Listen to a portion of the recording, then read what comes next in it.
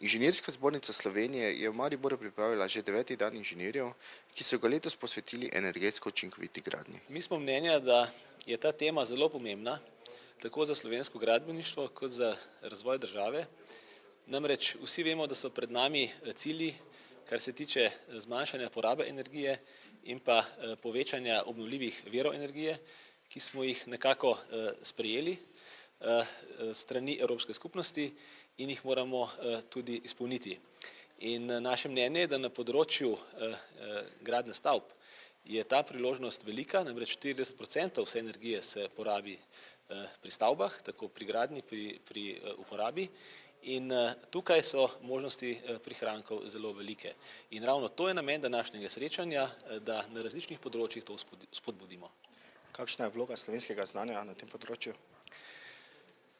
Slovensko znanje ga je kar precej, mogoče ni še dovolj dobro zorganizirano.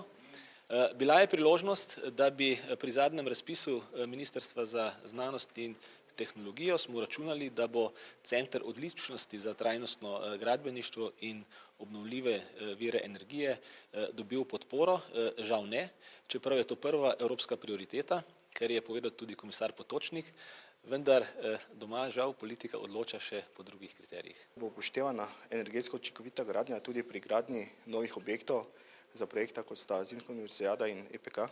Prav gotovo mi upoštevamo in sledimo nekaterim sodobnim evropskim trendom, kjer predvsem govorijo na ekološki osveščenosti pridobivanja energije, predvsem pa čiste in zdrave energije. To pomeni čiste energije kot sončne energije, vodne hidroenergije, vire in druge alternativne vire.